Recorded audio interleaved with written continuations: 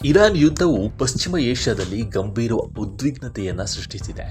Energy corridor ಎಂದು ಕರೆಯಲ್ಪಡುವ ಹಾರ್ಮುಜ್ ಜಲಸಂಧಿಯ ಮೂಲಕ ಅನಿಲ ಮತ್ತು ತೈಲ ತುಂಬಿದ ಹಡಗುಗಳ ಸಂಚಾರಕ್ಕೆ ಅಡ್ಡಿಯುಂಟು ಮಾಡಿದ್ದು ಅತ್ಯಂತ ಕೆಟ್ಟ ಪರಿಣಾಮವಾಗಿದೆ. ಇದು ಭಾರತ ಸೇರಿದಂತೆ ಪ್ರಪಂಚದಾದ್ಯಂತ ದೇಶಗಳಲ್ಲಿ LPG, ಪೆಟ್ರೋಲ್ ಮತ್ತು ಡೀಸೆಲ್ ಕೊರತೆಗೆ ಕಾರಣವಾಗಿದೆ. ಕೆಲವು ದೇಶಗಳು ತುರ್ತು ಪರಿಸ್ಥಿತಿಯನ್ನು ಘೋಷಿಸಬೇಕಾಯಿತು. ಈಗ ಹಾರ್ಮುಜ್ ಜಲಸಂಧಿಯ ಬಗ್ಗೆ ಒಳ್ಳೆಯ ಸುದ್ದಿ ಹೊರಬಿದ್ದಿದೆ. US ಮತ್ತು ಇರಾನ್ ನಡುವೆ ಕರಡು ಶಾಂತಿ ಒಪ್ಪಂದಕ್ಕೆ ಒಪ್ಪಿಗೆಯನ್ನು ನೀಡಲಾಗಿದೆ. ಈ ಶಾಂತಿ ಒಪ್ಪಂದಕ್ಕೆ ಶುಕ್ರವಾರ ಜಿನಿವಾದಲ್ಲಿ ಎರಡೂ ಕಡೆಯವರು ಔಪಚಾರಿಕವಾಗಿ ಸಹಿ ಹಾಕಲಿದ್ದು ಹಾರ್ಮುಜ್ ಜಲಸಂಧಿಯನ್ನ ಮತ್ತೆ ತೆರೆಯಲು ದಾರಿ ಮಾಡಿಕೊಡಲಿದೆ. ಅಮೆರಿಕ ಮತ್ತು ಇರಾನ್ ನಡುವಿನ ದೀರ್ಘಕಾಲದ ಸಂಘರ್ಷವನ್ನ ಕೊನೆಗೊಳಿಸಲು ಮಹತ್ವದ ಶಾಂತಿ ಒಪ್ಪಂದಕ್ಕೆ ಬರಲಾಗಿದೆ.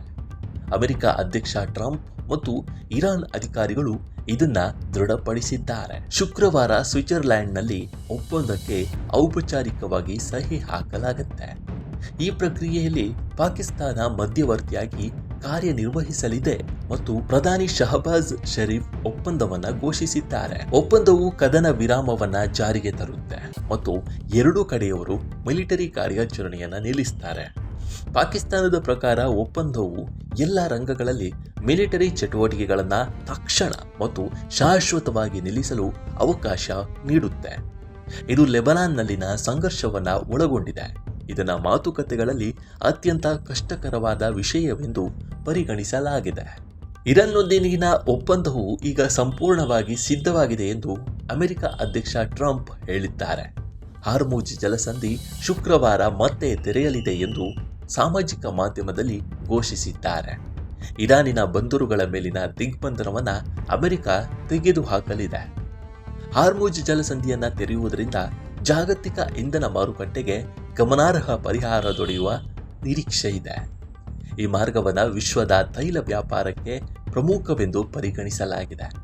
ಕಳೆದ ಹಲವಾರು ತಿಂಗಳುಗಳಿಂದ ಇರಾನ್ ಈ ಮಾರ್ಗವನ್ನು ಪರಿಣಾಮಕಾರಿಯಾಗಿ ನಿರ್ಬಂಧಿಸಿದ್ದರಿಂದ ಇಂಧನ ಬೆಲೆಗಳು ಏರಿಕೆ ಕಂಡಿದ್ದವು.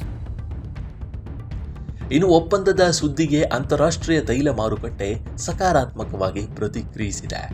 ಬ್ರೆಂಟ್ ಕಚ್ಚಾ ತೈಲದ ಬೆಲೆ ಸುಮಾರು 4% ಕುಸಿದಿದೆ. ಇದರ ಮಧ್ಯೆ US ವೆಸ್ಟ್ ಟೆಕ್ಸಾಸ್ ಇಂಟರ್ಮೀಡಿಯೇಟ್ ಕಚ್ಚಾ ತೈಲವು 4.6ಕ್ಕಿಂತ ಹೆಚ್ಚು ಕುಸಿದಿದ್ದು ಜಾಗತಿಕ ಹಣದುಬ್ಬರದ ಮೇಲಿನ ಒತ್ತಡವನ್ನು ಕಡಿಮೆ ಮಾಡುವ ಭರವಸೆಯನ್ನು ಹೆಚ್ಚಿಸಿದೆ.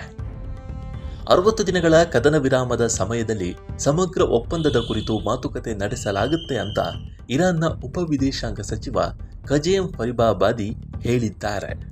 ಈ ವಿಡಿಯೋ ನಿಮಗೆ ಇಷ್ಟವಾಗಿದ್ದರೆ ಲೈಕ್ ಮಾಡಿ, ಶೇರ್ ಮಾಡಿ ಮತ್ತು ನಮ್ಮ NCIB ಚಾನಲನ್ನು ಈ ಕೂಡಲೇ ಸಬ್ಸ್ಕ್ರೈಬ್ ಮಾಡಿ. ಧನ್ಯವಾದಗಳು.